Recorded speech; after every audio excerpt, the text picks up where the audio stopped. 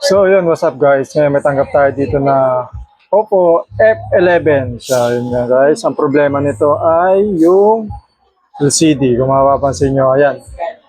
LCD guys, basag. So papalitan natin ito ng bagong LCD.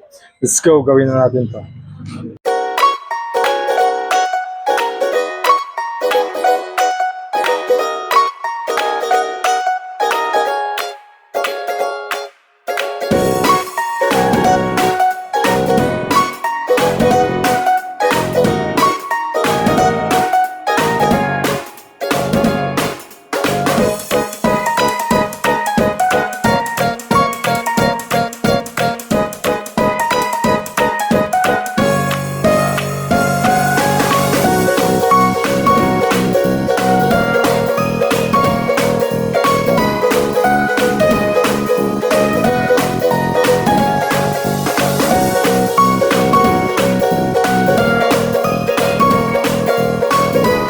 Yun, sa mga video, okay na tong Oppo F11 na LCD yung problem.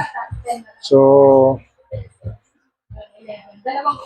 ito siya guys. Hintayin na natin si client na i-pick up tong kanyang phone. So, yun. Sa mga gusto magpa-repair, visit lang dito sa shop namin.